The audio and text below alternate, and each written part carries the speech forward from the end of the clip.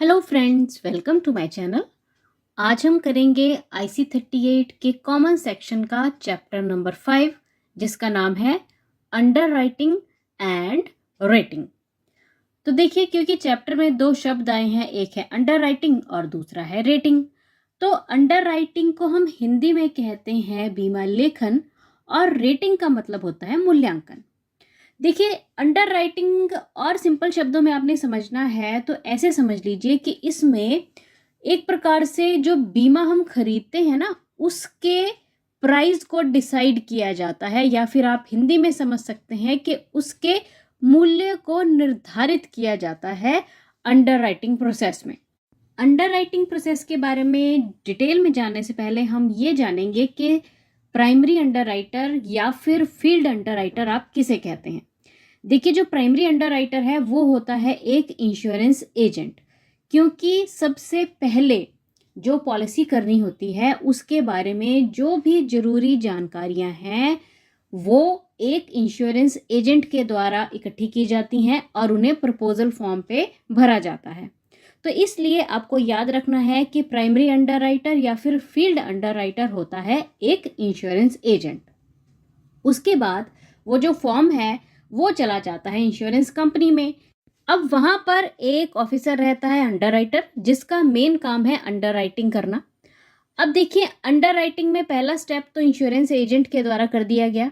अब जो अगला स्टेप है जिसमें ये चेक किया जाता है कि इंश्योरेंस कंपनी जो भी व्यक्ति है या कोई प्रॉपर्टी है उसकी इंश्योरेंस करे या ना करे, या फिर आप समझ सकते हैं कि भी इंश्योरेंस कंपनी जो है वो रिस्क को एक्सेप्ट करेगी या नहीं करेगी, और अगर करेगी रिस्क को एक्सेप्ट तो किन रेट्स पे और किन टर्म्स और कंडीशंस के हिसाब से। तो ये होता है एक बेसिक अंडर राइटिंग प्रोसेस। अब देखिए, जो अंडर राइटिंग प्रोसेस है ना, ये 3 स्टेप्स में हो जाता है। पहले स्टेप में ये देखा जाता है कि जिस भी चीज़ की इंश्योरेंस करवानी है उस पर जो रिस्क है वो कितना फ्रिक्वेंटली आ रहा है और कितने अमाउंट तक का जो लॉस है रिस्क की वजह से उस चीज़ पे हो सकता है। दूसरा स्टेप ये देखा जाता है कि क्या क्या कवर किया जाएगा उस इंश्योरेंस पॉलिसी में, क्या क्या टर्म्स और कंडीशंस रहेंगी। और तीसरे स्टेप में इन सभी टर्म्स और कंडीशंस और लॉस की प्रोबेबिलिटी को चेक करते हुए जो प्रीमियम का रेट है वो फिक्स कर दिया जाता है। नेक्स्ट जो इम्पॉर्टेंट बात है वो है source of information for under writing. तो देखिए, अंडर राइटिंग के लिए जो इन्फॉर्मेशन है वो मिलती है 3 चीज़ों से। सबसे पहले तो प्रपोजल फॉर्म, जो हमने अभी आपको बताया कि प्रपोजल फॉर्म किसके द्वारा भरा जाता है, इंश्योरेंस एजेंट के द्वारा। उसके बाद रिस्क सर्वे किए जाते हैं, और जो तीसरा सोर्स है वो है historic claim experience data. Means पहले समय में कोई क्लेम लिया गया है या नहीं लिया गया है, मतलब जो भी प्रोडक्ट है जिसकी इंश्योरेंस करनी है उसकी हिस्ट्री के बारे में जानना। देखिए, ये सब इसलिए किया जाता है क्योंकि ना जो अंडर राइटिंग प्रोसेस है ना, इसका मेन काम जो है वो 2 चीज़ें हैं। सबसे पहले तो रिस्क को आइडेंटिफाई करना और दूसरा रिस्क के लेवल को जानना, क्योंकि जो प्रीमियम डिसाइड होगा या फिर रिस्क को एक्सेप्ट करना या ना करना वो इन्हीं 2 बातों पर डिपेंड करता है। तो इसलिए जो अंडर राइटर का काम है ना वो बहुत बहुत इम्पॉर्टेंट होता है किसी भी इंश्योरेंस कंपनी के लिए। नेक्स्ट हम बात करेंगे product filing with the IRDAI। देखिए, कोई भी इंश्योरेंस कंपनी जब अपना कोई भी इंश्योरेंस प्रोडक्ट लॉन्च करती है तो उसे मार्केट में उतारने से पहले उसे IRDAI के पास अप्रूवल के लिए भेजा जाता है। IRDAI जो है उस प्रोडक्ट को अच्छी तरह चेक करते हैं, गाइडलाइंस के हिसाब से है या नहीं है, और फिर उसे एक यूनिक आइडेंटिफिकेशन नंबर, जिसे UIN नंबर कहा जाता है, दे दिया जाता है, और उसके बाद वो प्रोडक्ट जो है वो मार्केट में लॉन्च कर दिया जाता है। नेक्स्ट जो टॉपिक इस चैप्टर में हम करने वाले हैं वो है बेसिक्स ऑफ रेट मेकिंग।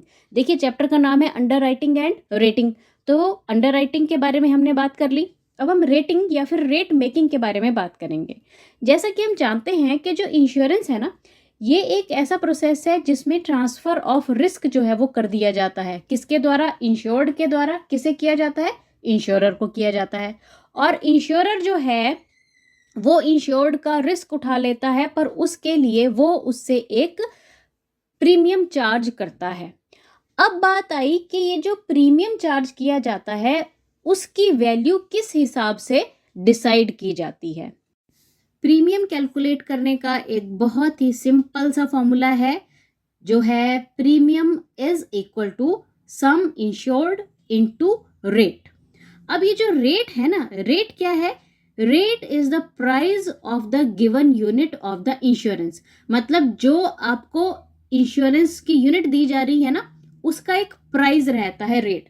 और जो सम इंश्योर्ड है ये तो इंश्योर्ड के द्वारा ही डिसाइड किया जाता है कि मुझे जो इंश्योरेंस लेनी है उसका सम इंश्योर्ड जो है वो कितना होगा, 2 lakh, 4 lakh, 10 lakh, 20 lakh, 100 crore and what ever with the value.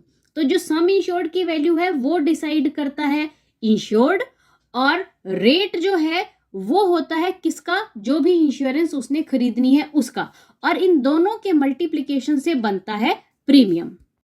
एक और टर्म है जिसे कहा जाता है प्योर प्रीमियम।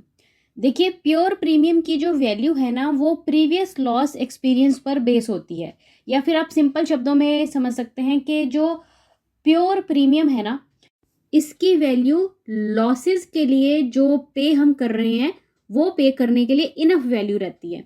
मींस जो लॉस होगा फ्यूचर में, जो लॉस होने की संभावना बनी रहती है, उसके लिए जो प्रीमियम पे किया जाता है उसे हम प्योर प्रीमियम कहते हैं। और लास्ट में 2 चीज़ें आप और याद रखेंगे जिन्हें हम डिस्काउंट्स और लोडिंग कहते हैं।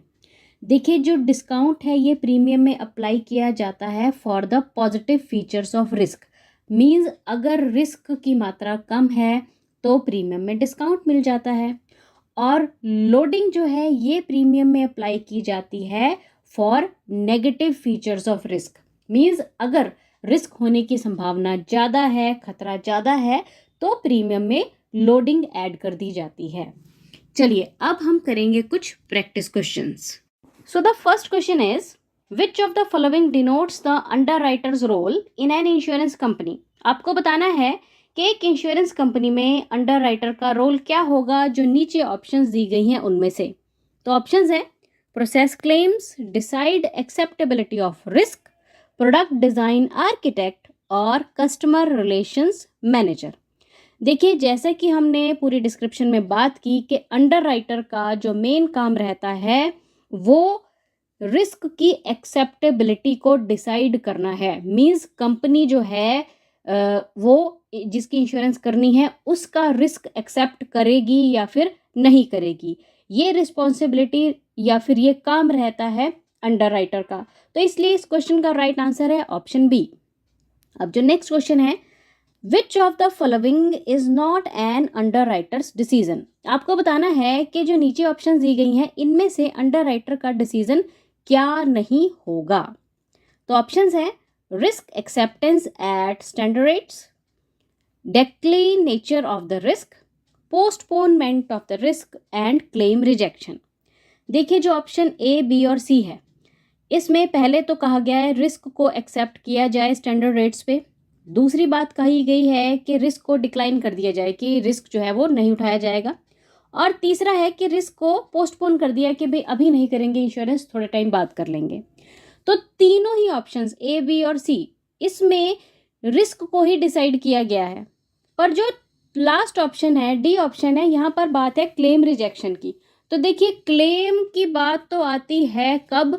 जब कोई मिसहैपनिंग हो जाती है, तब अंडरराइटर का कोई काम नहीं होता है। अंडरराइटर का काम होता है जब इंश्योरेंस करनी होती है, मींस स्टार्टिंग में। तो इसलिए जो अंडरराइटर का काम नहीं है वो है option D, means claim rejection. Now the next question is, Why hereditary history of importance in medical underwriting। आपको बताना है कि जब मेडिकल अंडरराइटिंग की जाती है तो हेरिडिटरी हिस्ट्री की क्या इंपॉर्टेंस रहती है।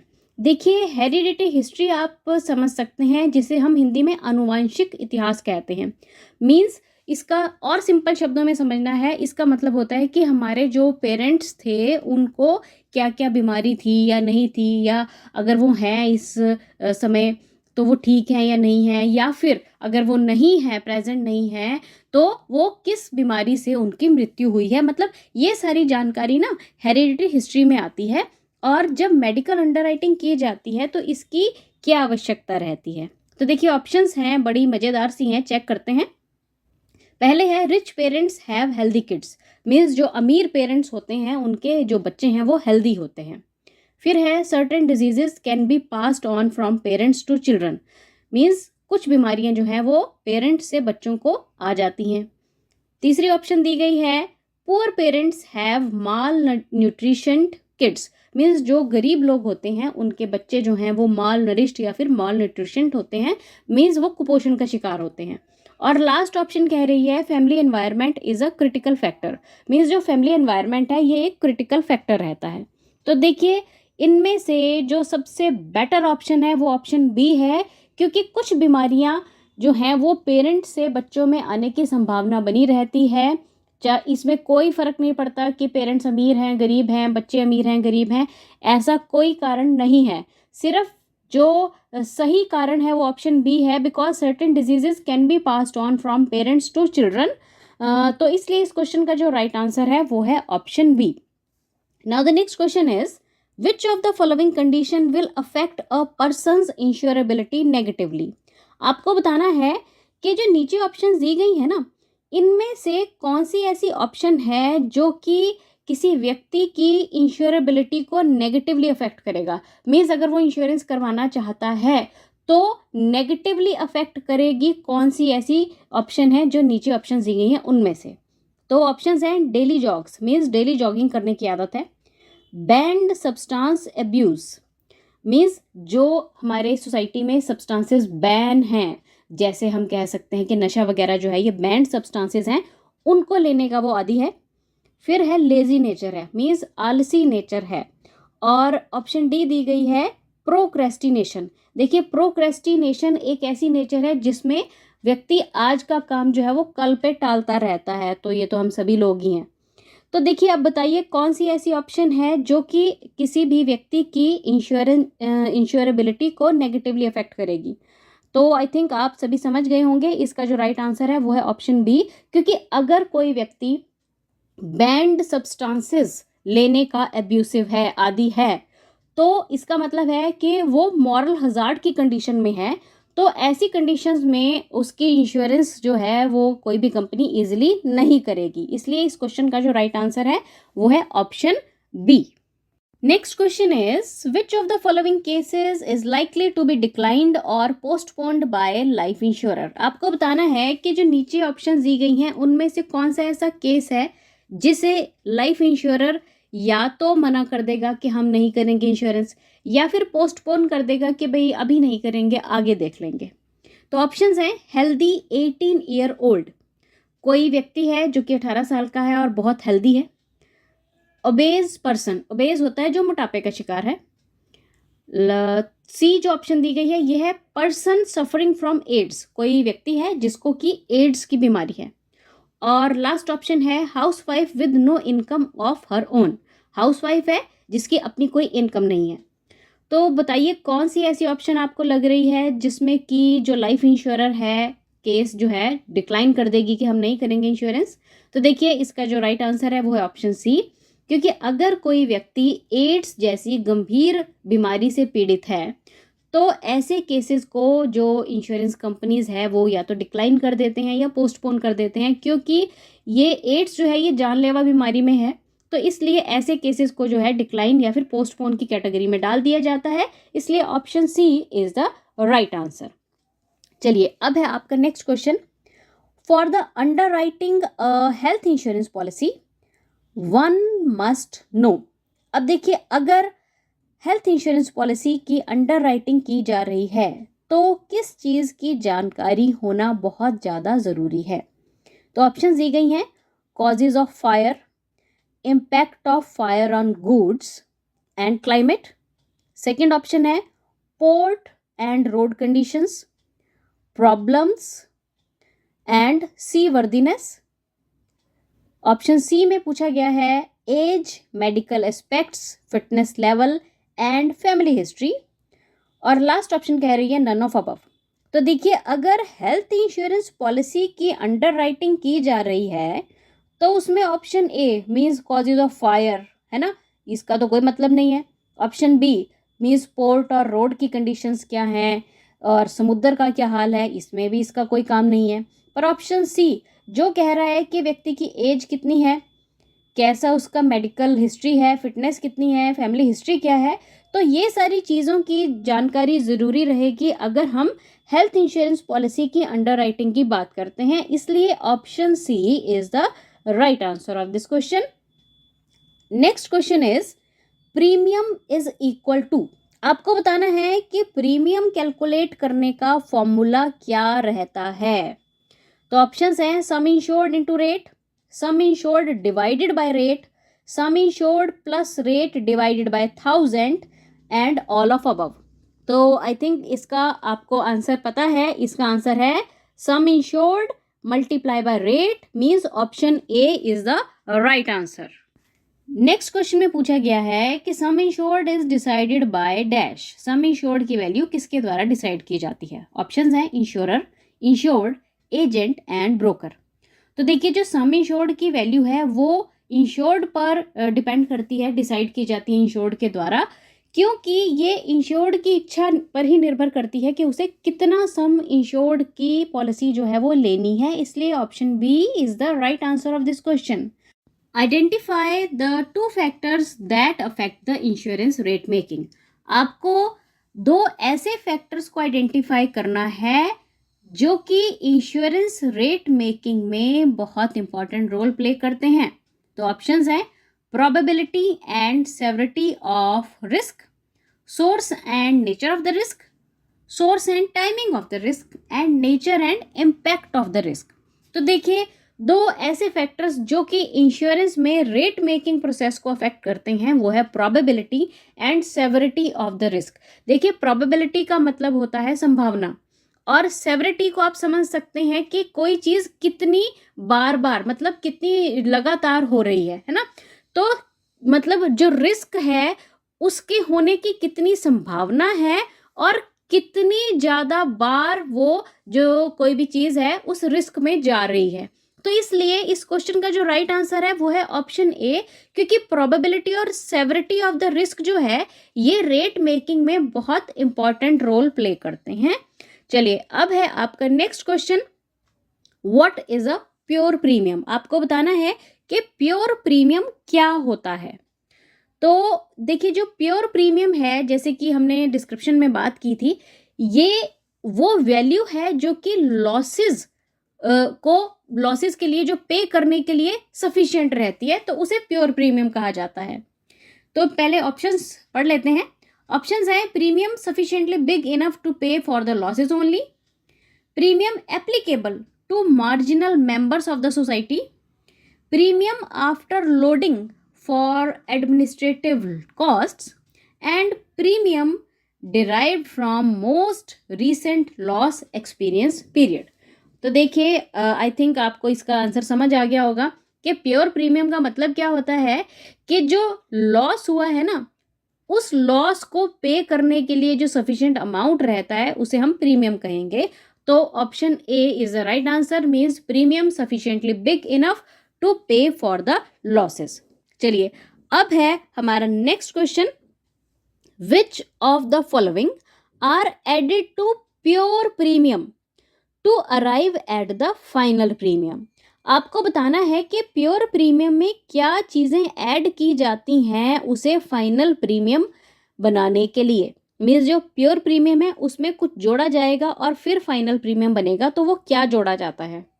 तो ऑप्शंस दी गई हैं loss expenses and survey fee, agency commission, expense of management, profit margin, और लास्ट ऑप्शन दी गई है ऑल ऑफ अबव। तो देखिए, इस क्वेश्चन का ना जो राइट आंसर है वो ऑप्शन ई है, क्योंकि ये सारी चीज़ें प्योर प्रीमियम में जोड़ी जाती हैं। देखिए, प्योर प्रीमियम में जो लॉस एक्सपेंसेस या फिर सर्वे फी है उसे फिर जो एजेंट को कमीशन दिया जाएगा वो, फिर जो मैनेजमेंट के खर्चे हैं वो, और जो प्रॉफिट मार्जिन है, ये सभी चीज़ें जोड़ दी जाती हैं और फिर वो बन जाता है फाइनल प्रीमियम। तो इसलिए इस क्वेश्चन का जो राइट आंसर है वो है ऑप्शन ई। अब है आपका next question, discounts are applied on the premium for. आपको बताना है कि प्रीमियम में जो डिस्काउंट दिया जाता है वो किस कारणवश दिया जाता है। ऑप्शंस हैं positive features of the risk, negative features of the risk, none of above and both of above. तो देखिए जो डिस्काउंट मिलेगा वो ऑब्वियस सी बात है नेगेटिव कारण से तो नहीं मिलेगा। क्यों मिलेगा? वो मिलेगा positive features of the risk की वजह से, इसलिए option A is the right answer. Next question है, loadings are applied on the premium for. तो भाई प्रीमियम में अगर लोडिंग लग रही है, एक्स्ट्रा देना पड़ रहा है, तो वो क्यों देंगे? ऑब्वियस सी बात है नेगेटिव कारणों की वजह से ही देंगे।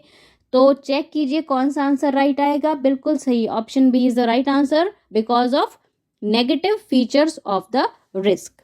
चलिए अब है आपका next question, to ascertain which of the following age proof is not required. देखिए जब हमें पॉलिसी करवानी है तो हम एज प्रूफ देते हैं। तो अब आपको बताना है कि क्या कारण है जिसके लिए हमें एज प्रूफ की आवश्यकता नहीं पड़ेगी जब हमने पॉलिसी करवानी है।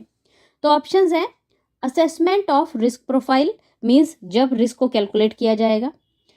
सेकंड ऑप्शन है, बी ऑप्शन है प्रीमियम पेइंग कैपेसिटी, ये चेक करने के लिए कि भाई जो व्यक्ति प्रीमियम मतलब पॉलिसी करवा रहा है वो प्रीमियम भी भर सकता है।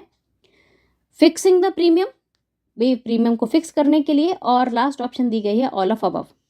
तो देखिए जो एज प्रूफ है उससे आप ये तो पता नहीं ना लगा सकते कि किसी व्यक्ति की प्रीमियम पेइंग कैपेसिटी कितनी है। तो इसलिए इस क्वेश्चन का जो राइट आंसर है वो है option B. Now the next question is what are KYC documents. आपको बताना है कि KYC documents, KYC means know your customer documents क्या होंगे। Photo, address proof, proof of identity and all of above. तो इसका आंसर आएगा option D, means all of above, क्योंकि photo, address proof, proof of identity ये सभी KYC documents होते हैं। Next question is objective of KYC guidelines is to prevent dash. अब देखिए ये जो केवाईसी करवाई जाती है या जो केवाईसी गाइडलाइंस हैं उनका मेन ऑब्जेक्टिव किस चीज को रोकना है। ऑप्शंस हैं identity theft, financial fraud, money laundering and all of above. तो देखिए केवाईसी गाइडलाइंस का जो मेन मोटिव है वो ये तीनों ही ऑप्शंस ए, बी और C, means identity theft, financial fraud और मनी लॉन्ड्रिंग, इन सभी को रोकने के लिए ही केवाईसी की जो गाइडलाइंस है वो बनाई गई हैं। इसलिए option D is the right answer of this question. अब लास्ट में आप लोगों के लिए एक है बोनस क्वेश्चन। तो बोनस क्वेश्चन को ध्यान से पढ़िए और इसका आंसर मुझे जल्दी से कमेंट करके बताइए। तो क्वेश्चन है, हु इज प्राइमरी और field underwriter in case of insurance. तो ऑप्शंस हैं इंश्योरर, इंश्योर्ड, एजेंट और ब्रोकर। तो इसका आंसर मुझे जल्दी से कमेंट करके बताइए। Thanks for watching the video and best of luck.